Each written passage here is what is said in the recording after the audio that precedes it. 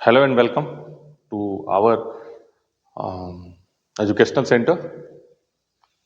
आज हम लोग जो है एक नए टॉपिक के साथ में, जैसा कि हम लोगों ने बोला था, आज नए टॉपिक के साथ में जिसका नाम है हमारा जो है पंचायती राज system.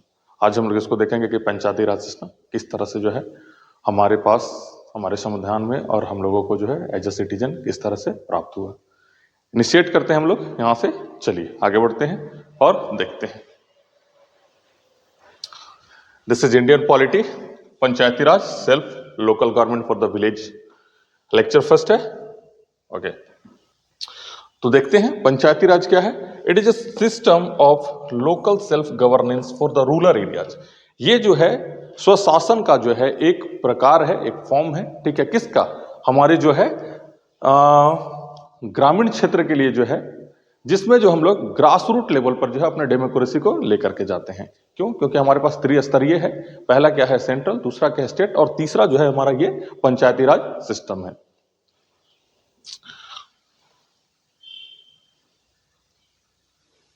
It is associated with rural development. ये क्या है? ग्रामीण विकास से जो है ये एसोसिएटेड है।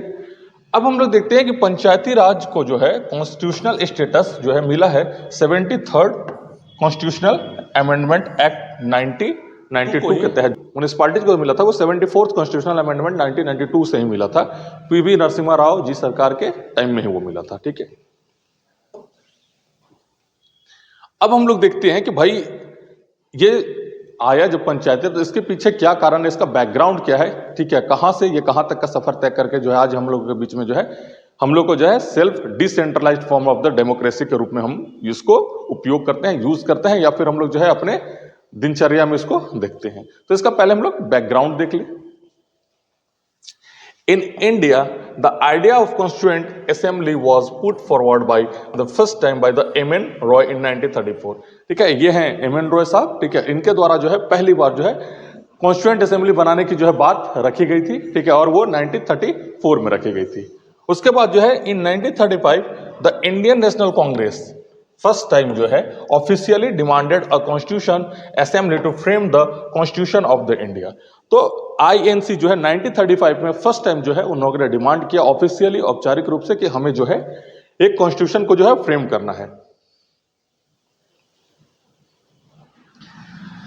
उसके तत्पश्चात 1938 में जो है जवाहरलाल नेहरू, ठीक है, किसके बिहाफ पे? तो आईएनसी के बिहाफ पे जो है डिक्लेयर करते हैं कि हमें एक ऐसा कॉन्स्टिट्यूशन जो है फ्रेम करना है जिसमें बाहरी लोगों के साथ जो है उसमें कोई भी इंटरफेरेंस नहीं होगा, बाहरी लोगों का कुछ भी जो है हस्तक्षेप ना होगा, ठीक है। इस तरह का कॉन्स्टिट्यूशन हमको, ठीक है, फ्रेम करना है। और साथ ही साथ का उसका बेसिस क्या होगा? तो उसका बेसिस जो होगा हमारा जो है वो हो जाएगा अडल्ट फ्रेंचाइज, ठीक है। तो अडल्ट फ्रेंचाइज के बेसिस पे जो है एक कॉन्स्टिट्यूशन का वो डिमांड रखते हैं।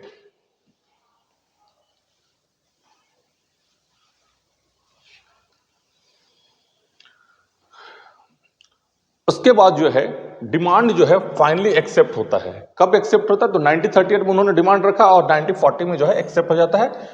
किस नाम से? अगस्त ऑफर के नाम पे जो है ब्रिटिश गवर्नमेंट इसको स्वीकार कर लेती है। स्वीकार करने के बाद जो है क्रिप्स मिशन को जो है इंडिया भेजा जाता है। लेकिन क्रिप्स मिशन का क्या कहना था कि भाई हम लोग जो है आपके लिए जो है 1940 में ही कि आप लोग को, हम लोग को जो है वार में हेल्प करना होगा, और बदले में जो है हम आप लोग को क्या करेंगे, क्योंकि 1939 टू 1945 जो है वर्ल्ड वॉर सेकेंड स्टार्ट हो चुका था। तो इनका क्या कहना था कि भाई हम लोग आपको सपोर्ट करेंगे, लेकिन बदले में जो है आप हमारे लिए जो है कॉन्स्टिट्यूएंट असेंबली का जो है ये कर दीजिए, व्यवस्था कर दीजिए, ताकि हम लोग जो है क्या करें, अपने लिए जो एक संविधान बनाना प्रारंभ कर दें। लेकिन इसको जो है रिजेक्ट कर दिया गया, ठीक है। इसको रिजेक्ट कर दिया किसके द्वारा? मुस्लिम लीग। क्योंकि मुस्लिम लीग क्या चाहता था कि भाई सेपरेट स्टेट हो मुस्लिम के लिए।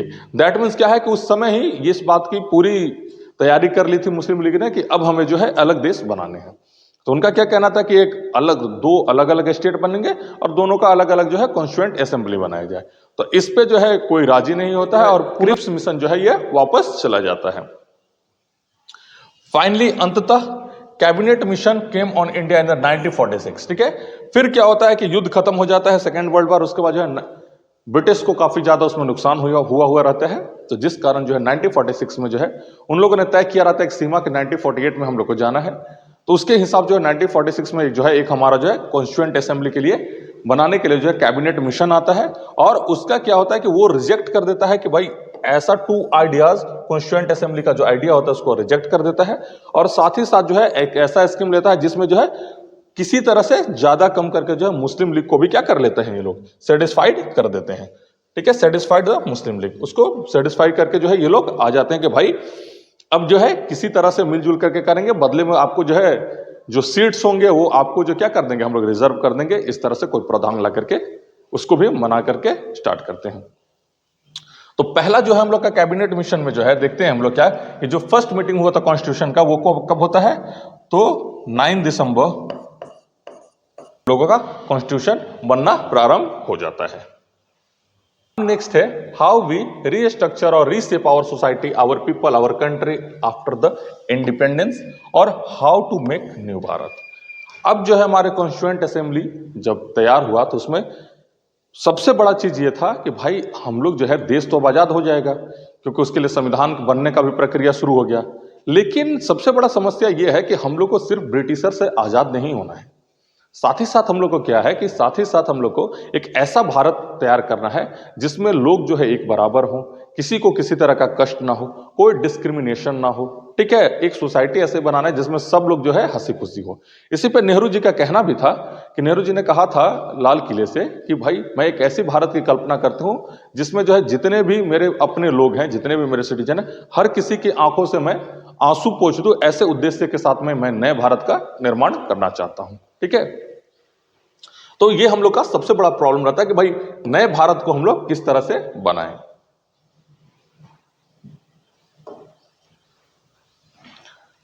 अब हम लोग देखते हैं कॉन्स्टिट्यूएंट असेंबली को देख लेते हैं एक बार। ठीक है, तो कॉन्स्टिट्यूएंट असेंबली में जो है 2 लोग ज्यादा थे, एक लिबरल्स ज्यादा थे, एक सोशलिस्ट ज्यादा थे। ठीक है, तो लिबरल्स ज्यादा जोर देते थे कि भाई व्यक्तिगत रूप से जो है लिबर्टी, राइट्स, फ्रीडम, और फेवर करते थे मार्केट बेस्ड इकोनॉमी को। और नेहरू जी जो है प्योर क्या थे भाई, वो जो है प्योर लिबरल्स थे। ठीक है, वो कभी भी किसी की बात नहीं मानते थे, वो चाहते थे कि इंडिया को जो है लंदन जैसा बना दे। ठीक है, और गांधी जी का तो एक भी पॉइंट उनके दिमाग में रहता नहीं था। ठीक है, और वो बहुत ही, चूंकि लंदन में रहे थे, इंग्लैंड में रहे थे, ठीक है, यूएसए में रहे थे, साथ में अंबेडकर जी और ये दोनों जो है इन लोग काफी खुले विचार के लिबरल्स इनको हम लोग बोल सकते हैं। दूसरी तरफ क्या थे भाई, सोशलिस्ट थे। ठीक है, इनका क्या था, ये फोकस करते थे सोशल इक्वालिटी, कलेक्टिव वेलबींग और addressing the exploitation, discrimination free country. अब ये दोनों के बीच में जो है इस तरह का था, और सबसे मेनली क्या था कि यही 2 लोग जो है ज्यादा मात्रा में जो है पूरे कॉन्स्टिट्यूशन में, कॉन्स्टिट्यूशन असेंबली में जो है ये लोग सम्मिलित थे। इसी बीच जो है ग्रैनविन ऑस्टिन जो है एक अमेरिकन हिस्टोरियन है, और इनको जाना जाता है, ये एक्सपर्ट थे कॉन्स्टिट्यूशन के बारे में जो है लिखते थे, इनकी किताब भी है, और भारत कॉन्स्टिट्यूशन के प्रोसेस को और उसके रिजल्टिंग को काफी अच्छे से इन्होंने दर्शाया है। तो इनका एक आरोप हुआ कि भाई इन्होंने कहा कि Congress has never been a Gandhian. ठीक है, जो कांग्रेस है ये तो कभी गांधीयन है ही नहीं। ठीक है, तो 1928 में जब जो है नेहरू रिपोर्ट आती है तो उसमें not a single point mention from the Gandhian ideology. तो गांधीयन प्रिंसिपल या गांधीयन आइडियोलॉजी से कोई भी एक पॉइंट जो है 1928 का जो है नेहरू रिपोर्ट था उसमें कोई डिमांड वो मोतीलाल नेहरू के द्वारा लाया गया था। तो भाई कभी भी इनका यही आरोप था कि भाई कांग्रेस कभी भी क्या है, तो कांग्रेस कभी भी गांधीयन है ही नहीं। ठीक है ना, कभी से रहा। उसके पश्चात जो है क्या है कि ये सबको हम लोग देखते हैं कॉन्स्टिट्यूएंट असेंबली में एक और व्यक्ति का नाम आता है। ठीक है, जिनका नाम क्या था, श्रीमन नारायण अग्रवाल। ठीक है, ये भी गुजरात से थे, और साथ ही साथ क्या थे कि ये गांधी जी के जो है पूरा क्या कह सकते हैं, गांधी जी के अनुयायी थे। ठीक है, और पूरी तरह से गांधीयन फिलॉसफी को फॉलो करते थे। इन्होंने क्या बोला कि where is Gandhi where is Gandhi while drafting the constitution in constituent assembly. ठीक है, ये क्या बोले कि भाई गांधी जी कहां है। ठीक है, आपने तो संविधान बना दिया, संविधान में 2 लोगों का तो दिखा रहा है, एक तरफ लिबरल्स हैं और दूसरी तरफ क्या है, दूसरी तरफ सोशलिस्ट हैं। लेकिन भाई गांधीयन फिलॉसफी कहां है इसमें, गांधी जी तो मिस है। ठीक है, और आप क्या बोलते हो कि गांधी जो है क्या है, गांधी जो है इंडिया के, ठीक है, फादर ऑफ द नेशन है, राष्ट्रपिता है, फिर उनको आप लोगों ने कहां रखा। अब ये जो है बड़ी चिंता की विषय हो गई, क्योंकि इस पर काफी बवाल कटा। अब देखते हैं आगे,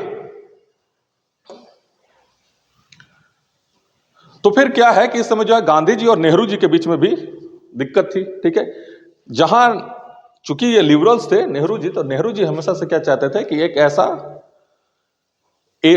ऐसा देश चाहते थे जिसमें जो हैवी इंडस्ट्रियलाइजेशन हो, ठीक है, फ्रीडम की बात हो, और बड़े बड़े देशों की तरह जो है हमारा देश भी विकसित हो।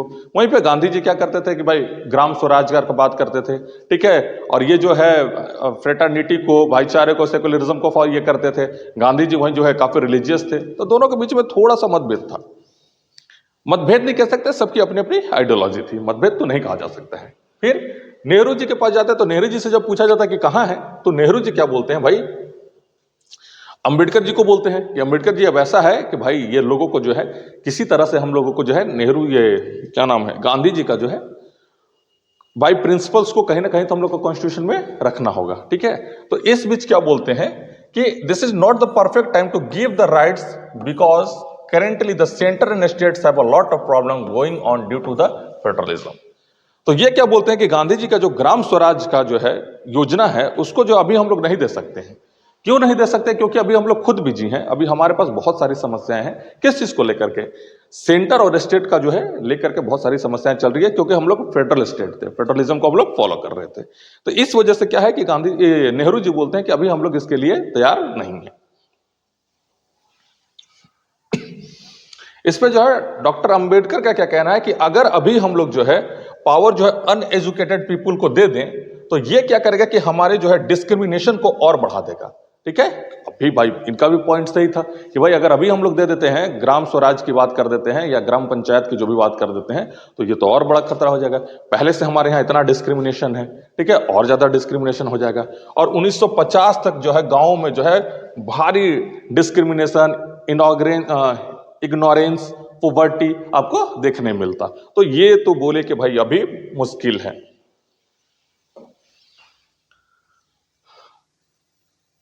फिर जब दोनों अपने अपने तर्क दिए, तो फिर क्या होगा कि बहुत ज्यादा हंगामा होने लगा। जब बहुत ज्यादा हंगामा होने लगा, तो फिर भाई बात ऐसी हुई कि नहीं, ये तो देना पड़ेगा, ठीक है।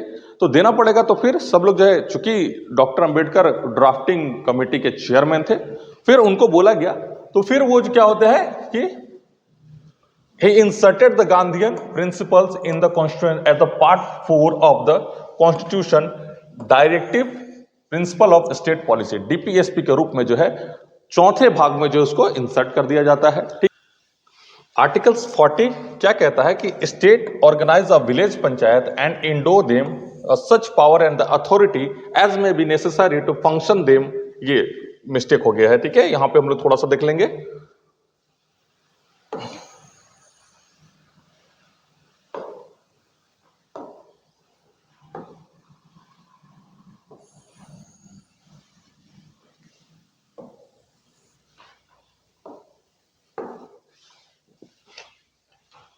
आर्टिकल 40 क्या कहता है कि स्टेट को जो है एक विलेज पंचायत को ऑर्गेनाइज करना चाहिए, ठीक है, और ऑर्गेनाइज करके उसको पावर और उतना अथॉरिटी देना चाहिए जितना उसको आवश्यकता है। क्या करने के लिए? कि एक सेल्फ, ठीक है, सेल्फ गवर्नमेंट का यूनिट के रूप में फंक्शन करने के लिए उतना पावर उसको देना चाहिए। ये हमारा आर्टिकल्स 40 जो है कहां पे रखा गया? डीपीएसपी के अंदर में इंसर्ट किया गया। किसके द्वारा इंसर्ट किया गया? तो हमारे जो है कॉन्स्टिट्यूएंट असेंबली के जो भी मेंबर थे उनके द्वारा ये कराया गया, ठीक है। इसमें एक चीज इंपॉर्टेंट है, we are not inventing the panchayat. हम लोग पंचायत को इन्वेंट नहीं कर रहे हैं, ठीक है, हम लोग जो है अलग से कहीं से खोज नहीं कर रहे हैं।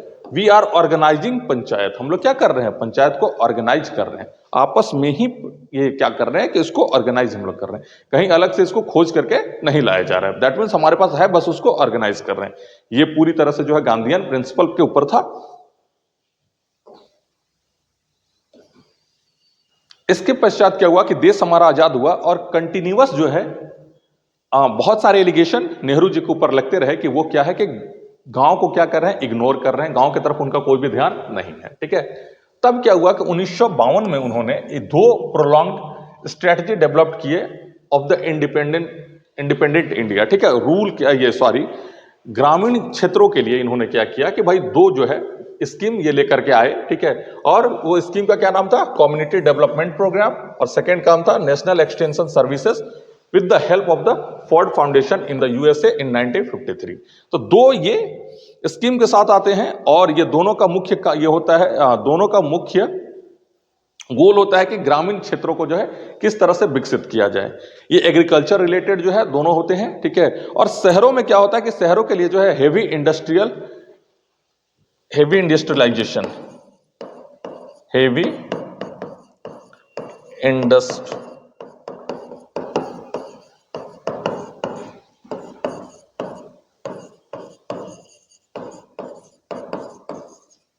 ठीक है। अर्बन एरिया के लिए क्या लेकर के आते हैं, हेवी इंडस्ट्रियलाइजेशन, और ग्रामीण के लिए जो है दो चीज लेकर के आते हैं, कम्युनिटी डेवलपमेंट प्रोग्राम 1952 में, और उसी के साथ जो है नेशनल एक्सटेंशन सर्विसेज, ठीक है। और ये जो है यूएसए के द्वारा लाया जाता है।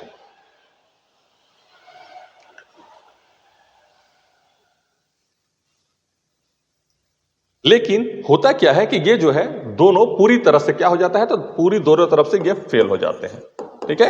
ये दोनों क्या करते हैं, ये फेल हो जाते हैं और ये भी फेल हो जाते हैं, ठीक है।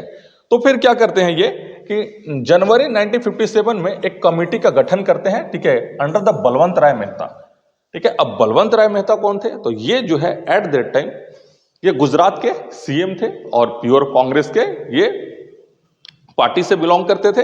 तो इनको जो है इंक्वायरी करने के लिए कि भाई क्या कारण रहा इस फेल्योर का, कम्युनिटी डेवलपमेंट प्रोग्राम आखिर फेल कैसे कर गया, इसके लिए जो है उनको एक कमेटी गठित कर दी गई, ठीक है। अब जब पता चला कि ये फेल हो गया तो इसका सबसे बड़ा कारण उन्होंने क्या दिया कि lack of people participation and the red tape. That means इनका क्या कहना था कि भाई आप जो है गांवों के लिए काम करा रहे हैं और गांव का कोई व्यक्ति वहां है ही नहीं, ठीक है। यहां क्या हो रहा है कि यहां सेंटर से बन रहा है, सबसे ऊपर से बन रहा है, ऊपर से राजीव गांधी का कहना था ना कि यहां से अगर 1 रुपये हम देते हैं तो नीचे जाकर के जो है ग्रास रूट पे जो है वो 25 पैसा बन जाता है। तो सेम वही चीज ये क्या बोले कि भाई बहुत मुश्किल है, यहां से आप अपने जो है ऑफिसर्स को भेजते हैं, ठीक है, जो भी अभी ऑफिशियल्स हैं उन लोग को भेज रहे हैं, जैसे वीडियो सीओ को भेज रहे हैं, वो जा करके जो है अपने कमरे तक ही सीमित रह जा रहे, वो ग्रास रूट पे तो जा नहीं रहे हैं, लोगों से मिल नहीं रहे हैं। तो फिर जब तक पीपल का पार्टिसिपेशन नहीं होगा तब तक उनके द्वारा कैसी सरकार, ठीक है, तो पॉसिबल ही नहीं किस तरह का कोई सरकार होगी। तो सबसे बड़ा क्या दिखाया गया कि लैक ऑफ पीपल पार्टिसिपेशन है, ठीक है। पहला चीज, लोग जुड़ नहीं रहे हैं, क्यों, क्योंकि ये तो सब अफसर के पास ही रह जा रहा है, ठीक है। और दूसरा क्या है कि लेजीनेस जो है ऑफिसर्स का, ठीक है, उसकी वजह से जो है ब्यूरोक्रेट्स लोग क्या किए कि भाई ऑफिस में ही रह करके सारा डील कर लिए। तो इसकी वजह से क्या हुआ कि ये पूरी तरह से क्या हुआ, अनसक्सेसफुल रह गया। तो अनसक्सेसफुल रह गया, उसके पश्चात जो है हम लोग इसके बारे में, जो बलवंत राय मेहता कमेटी है, इसके बारे में नेक्स्ट क्लास में जो है हम लोग बलवंत राय मेहता कमेटी की जो भी रिकमेंडेशन है उसके बारे में पढ़ेंगे और इसको और विस्तार से हम लोग पढ़ेंगे। आज के लिए इतना ही है, काफी है। धन्यवाद।